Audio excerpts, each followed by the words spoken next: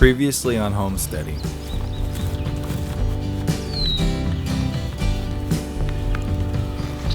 We got some bad news to share in this video, and we're going to talk about it. We do regular disease testing on the animals, the cows, because we're milking them. So while we were pulling blood to check for pregnancy on Luna, we pulled blood from Ladybug too, just to do a round of disease testing. And she came back as positive for Johne's disease.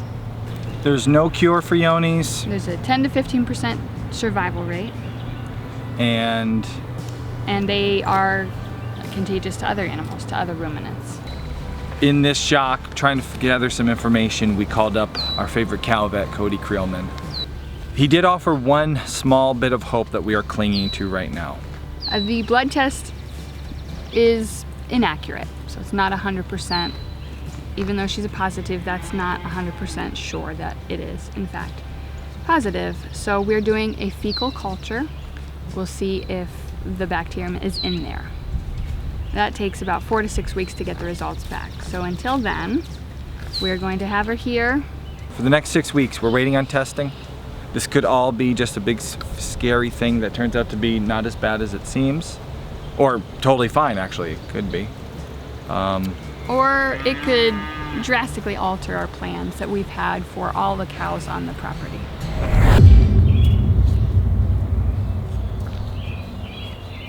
All right, you might want to sit down for this one. We got the results back from Ladybug's Johne's test. We have fecal culture. And we're gonna dive right in. So in the last video was filmed weeks ago.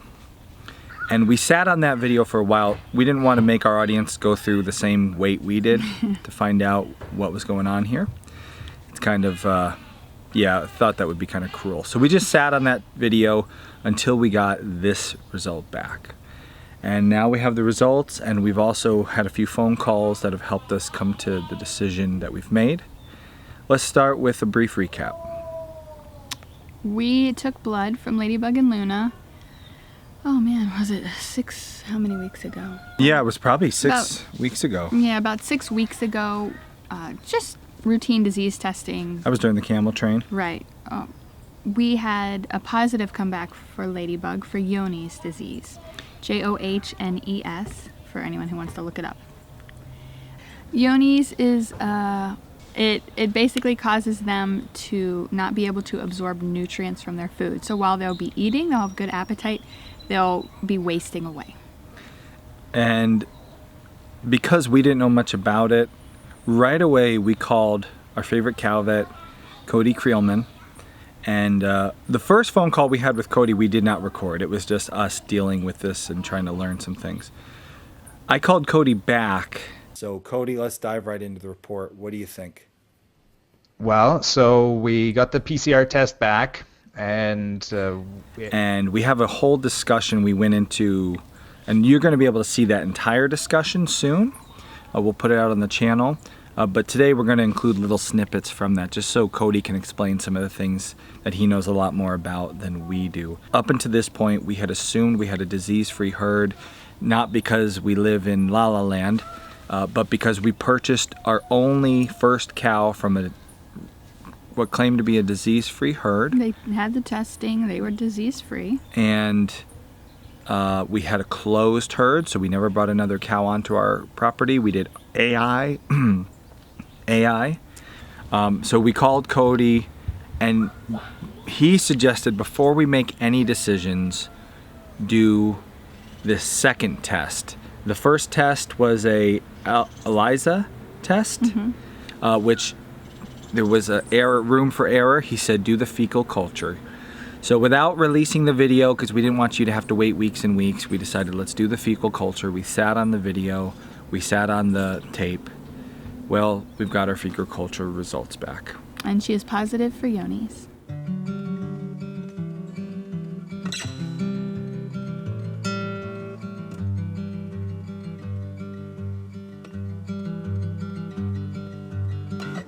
it was a positive test in terms of detectable levels of the organism that causes Johne's disease. Now, it was it wasn't considered to be, say, strong amounts of organism. It was kind of almost on the cusp, but nonetheless, there was still enough of the DNA of that bacteria in there for them to be confident enough for them to say that it was a positive test, that there was MAP active. So Cody, we've already talked to our audience about this a little bit, but just from a vet's point of view, seeing that result, what does this mean for Ladybug? So it is a confirmation that we do not have a false positive, which was what we potentially suspected.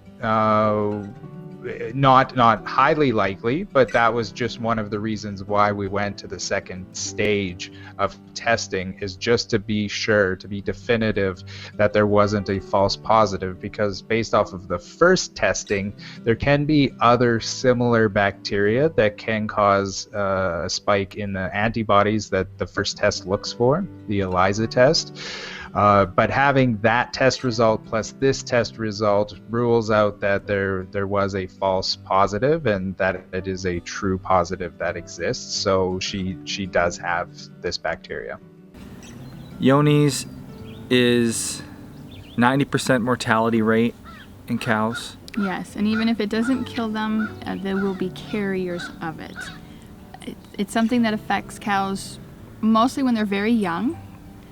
They'll contract it from their mother, or if they're in a herd where somebody is shedding the Johne's disease from internally ingesting it. Possible in utero transmission as well, through the colostrum or the milk. Johne's is a big problem in the dairy and beef industry. It's very prevalent. The numbers are kind of crazy. Dairy farmers deal with this decision every single day. Unfortunately, MAP is a very common disease. They think that within the commercial dairy industry, nearly 100% of herds have at least one animal with this, and there really isn't a well-defined control mechanism in place besides serial testing and serial culling.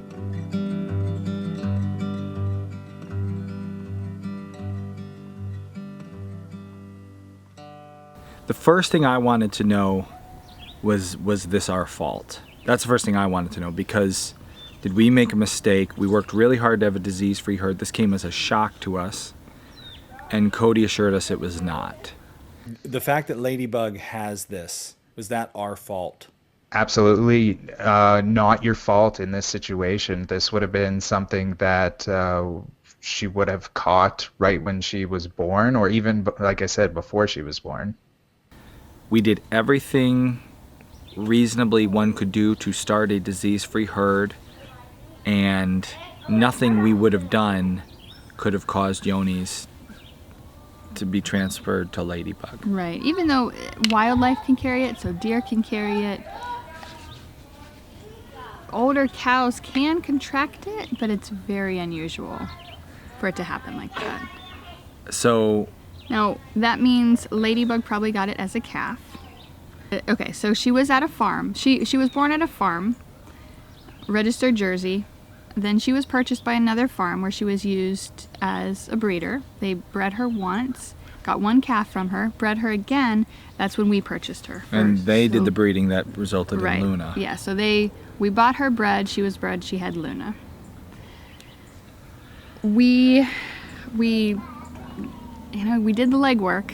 We checked to make sure that they were disease-free. Because Johne's does not show up in the animal until they're older, 4, more likely 5 or 6 years old, the younger cows test negative for it, even though they could have it. This is where it gets really hard buying a cow, if you're out shopping for a cow, to find one that's actually going to be free from Johne's. So, without knowing it, we brought our seed cow onto our homestead. How many years ago now? 4 years? 4 years ago onto our homestead back in the spring. We brought a cow that had Johne's, was a carrier, and we just didn't know it. And now for the last 4 years, we've been building out our mini Jersey herd, and artificial insemination, so that way we could, keep a closed herd and be disease-free and create a really valuable, wonderful little dairy cow and calf. We got Luna. We kept doing that, kept breeding, assuming things were still good, still testing and checking, but everything looked good. And disease-free is important to us because we are drinking the raw milk from our cows. You really want it to be the highest level of hygiene and disease-free that you can. That said, Cody went on to explain that pasteurization may not protect anyone from drinking Yoni's milk. The Yoni's milk, as he referred to it, milk that has the MAP bacteria. Right. Have you talked about the human health implications as well? Great point, Cody. Let's cover that. Okay. Yeah. So there is correlation. Now, it is very controversial in the literature of this correlation. Every year that goes by, that correlation seems to get stronger and stronger in evidence. So there's nothing that can definitively be said, but it is postulated that MAP can cause some human-specific diseases, either directly through infection or indirectly through autoimmune disorders. So the two main ones that we think are caused or potentially exacerbated by a human consuming an MAP-infected glass of milk are Crohn's disease, which is very similar in terms of the signs, the human symptoms that we see with inflammatory bowel type disease, but also rheumatoid arthritis, which is another autoimmune disease as well. So if I had to make a decision without any sort of emotional investment that I have in Ladybug, which I do, I'm a fan of the show, or emotional investment in you guys, I've made this decision on hundreds of cows before in my career, and that decision is to cull her, is to remove her from the herd.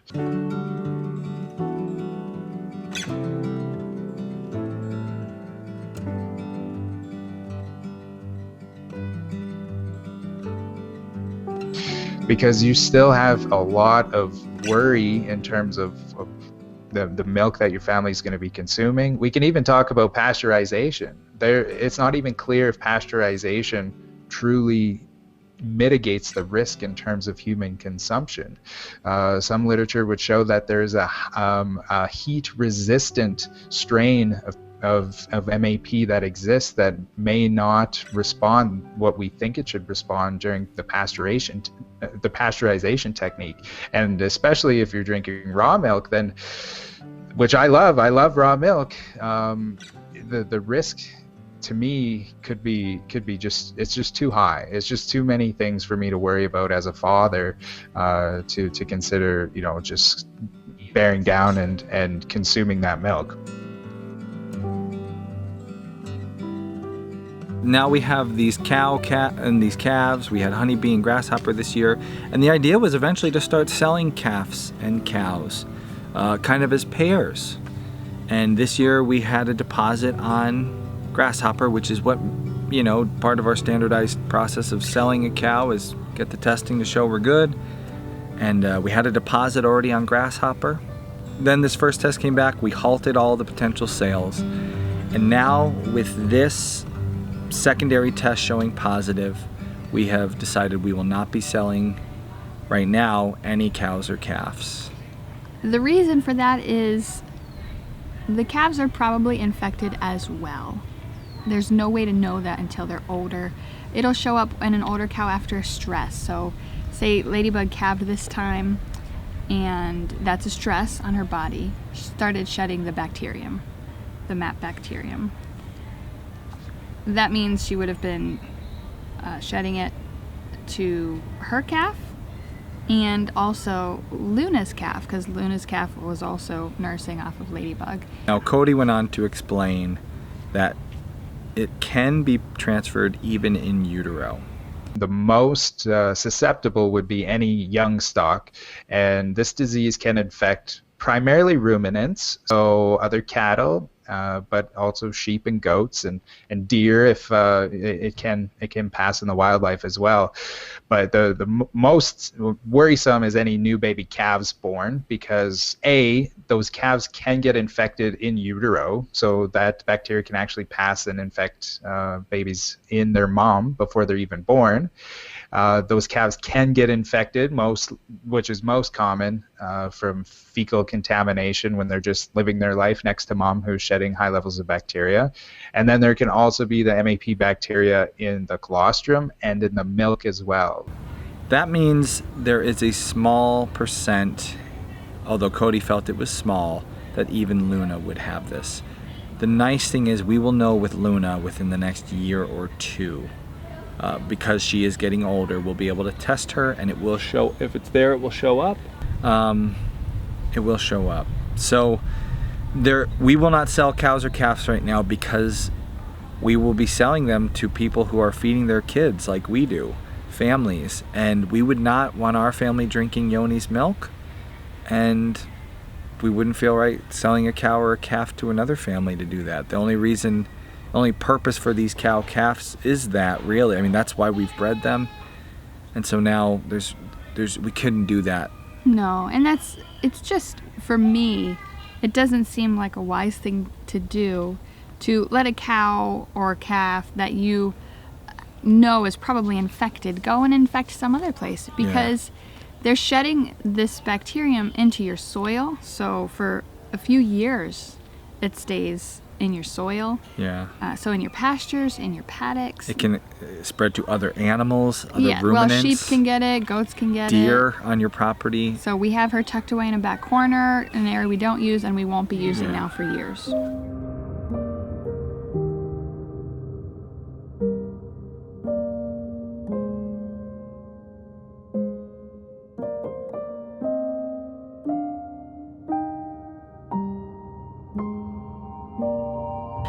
This comes at a huge financial loss to us.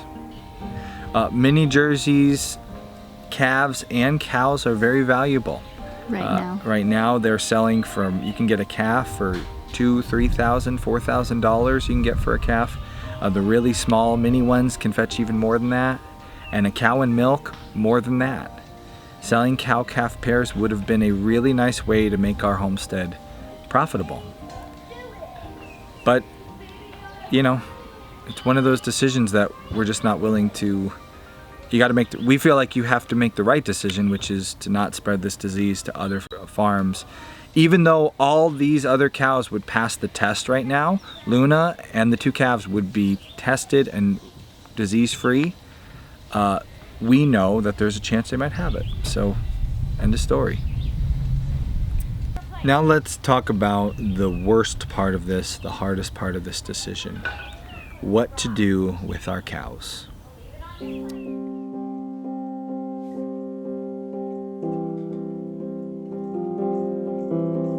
Because it's such a low survival rate, and we know she has it, Ladybug. We know that this is affecting her quality of life. She's going to be stuck in that paddock. We don't want her going out. We don't want her with the other cows. And she'll be shedding it, even if it doesn't kill her, but it's more than likely to kill her. Well, we've made the choice to just, I guess, butcher. It's a nice way to say it. I'm trying to figure out the nicest way to say it.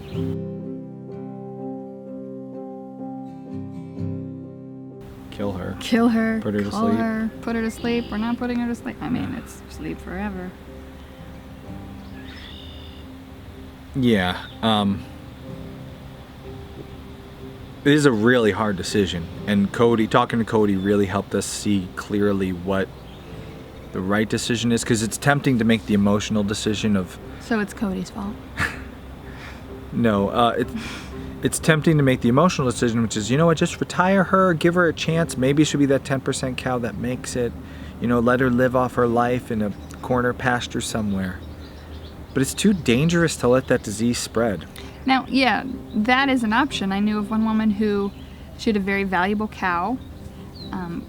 She could do embryo transfer, harvest the embryos from her, so she just stuck her off in a far-off paddock with a mini pony for a companion and kept her alive. we aren't set up, and I don't have the desire to do that. That's not what I want to do with her. For me, that's it's just too risky. This bacterium is too powerful. It can get into the deer herd, which then you can never get rid of that. It's on your property forever. The risk doesn't. Ladybug will die someday. Right. And right now she feels good. She's a happy cow. She's at her peak, as you know, health. I feel like the right thing to do is eliminate the danger as best we can while still having dairy cows. And doing so at a time where Ladybug still feels good and she's happy in her last moments. She'll be out in her field that she's used to being in, and then it'll be over.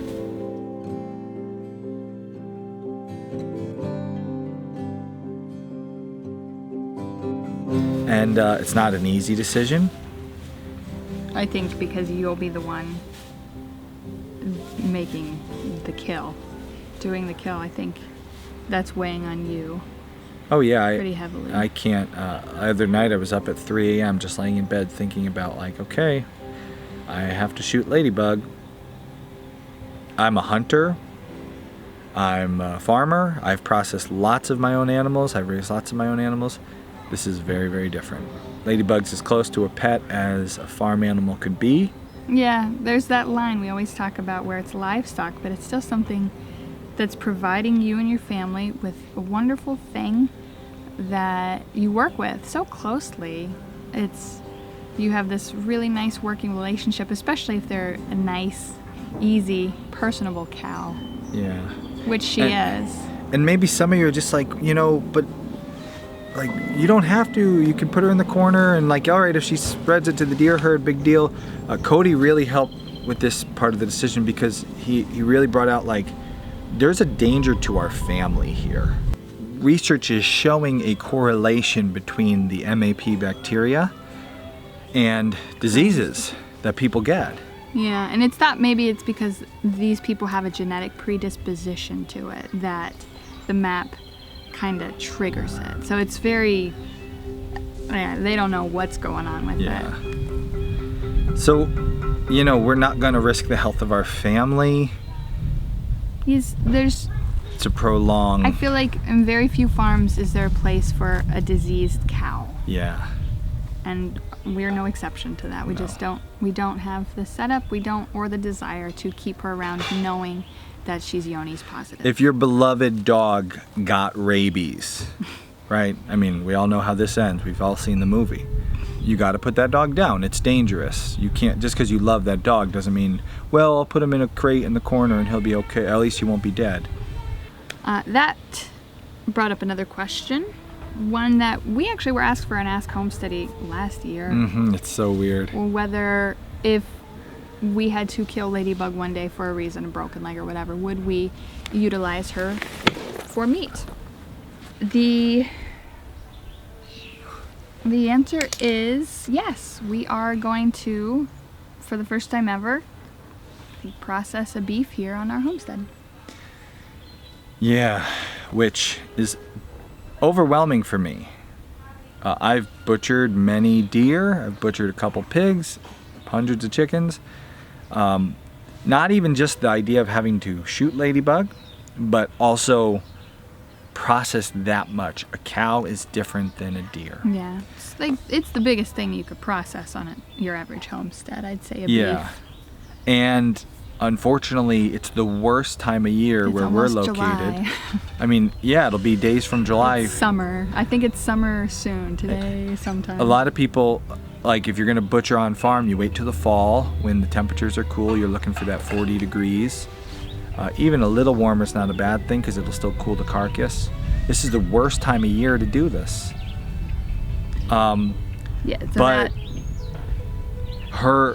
Cody assured us there's nothing wrong with eating the meat. Right. He said if you've eaten at McDonald's, you've eaten Yoni's burgers. And maybe you're like, I don't eat at McDonald's. I only eat organic beef. Well, you're still eating Yoni's burgers. Because a lot of the beef is coming from dairy farms where they're processing these cows where the milk production's gone down, but they're still healthy enough. They just need to get them off of their line.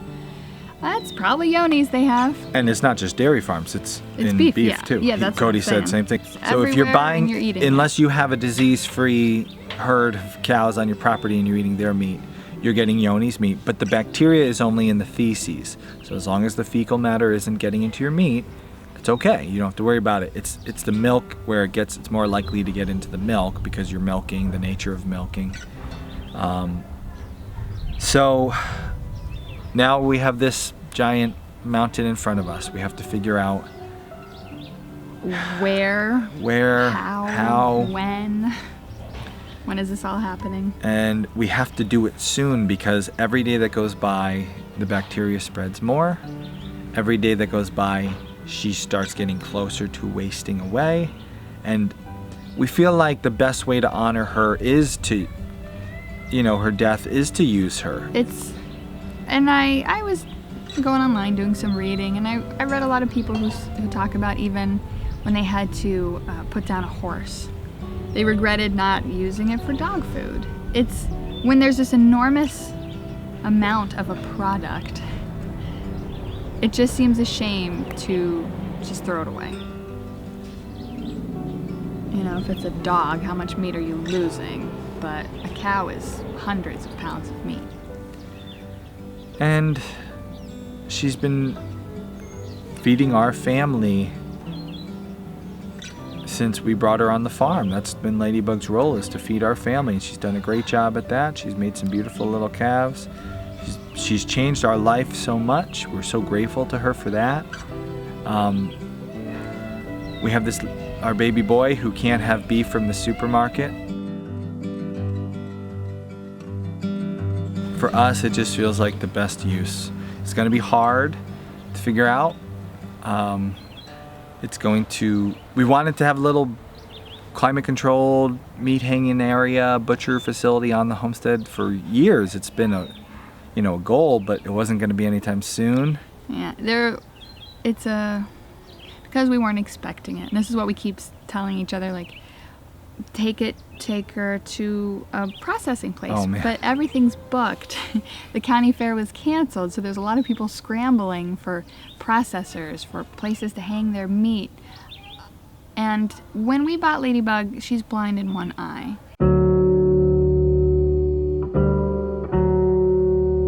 So she's new circumstances, new people, they have a tendency to stress her out, as with any cow, really. Yeah.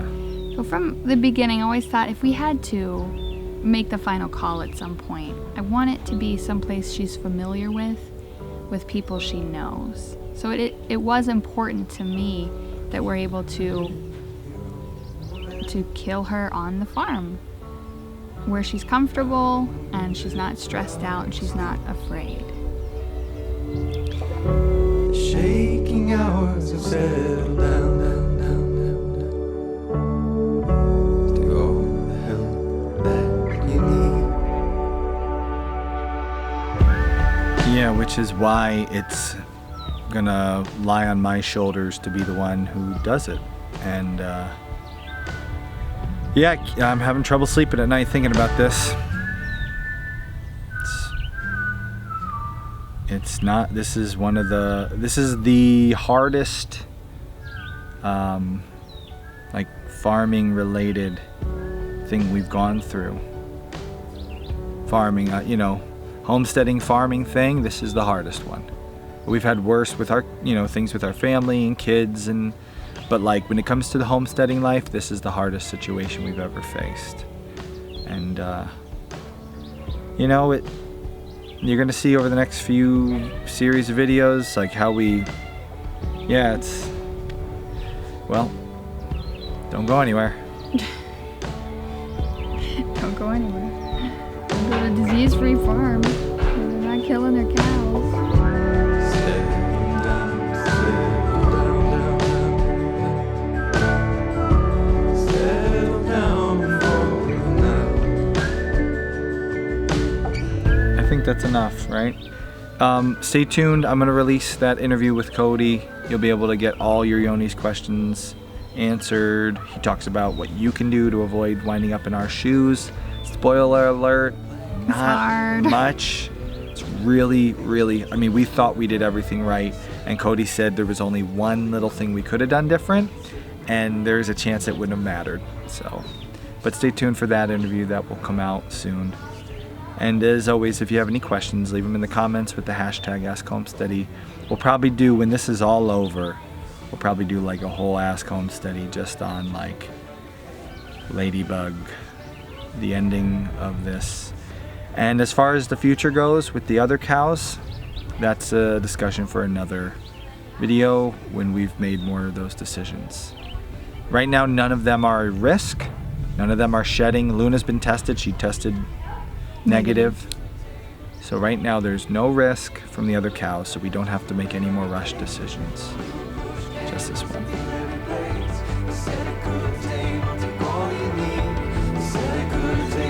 Alright, that's it.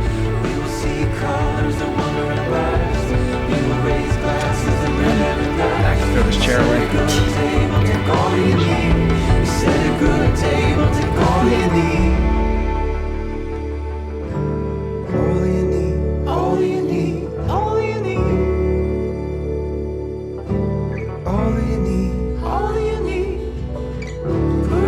Like a hiding place in 3 separate acts that ends in disgrace. In the morning, everything is safe.